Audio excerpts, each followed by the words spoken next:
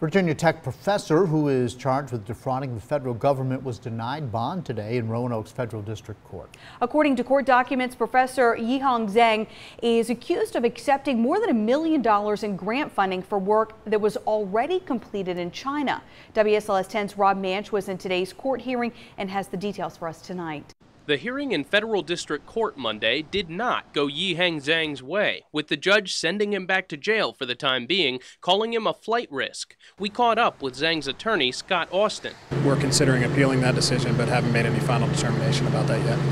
In court, Austin said Zhang was willing to have a lien put on his more than $300,000 house and that he would wear an ankle bracelet as conditions for his release. But ultimately, it was a statement Zhang's own wife made on the stand that may have ended any chances of release. When asked, she admitted Zhang had told her he was planning to move to China for the next 5 years.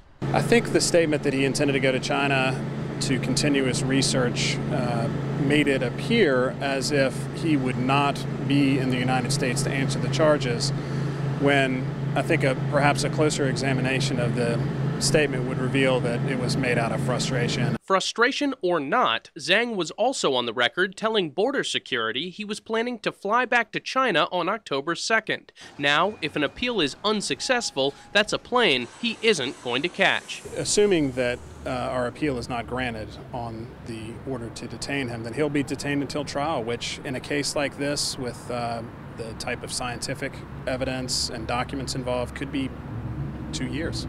It's a raw deal for a Virginia Tech professor who's made a living researching a sugar substitute investigators say has a market value of $68 billion. In Roanoke, Rob Manch, WSLS 10.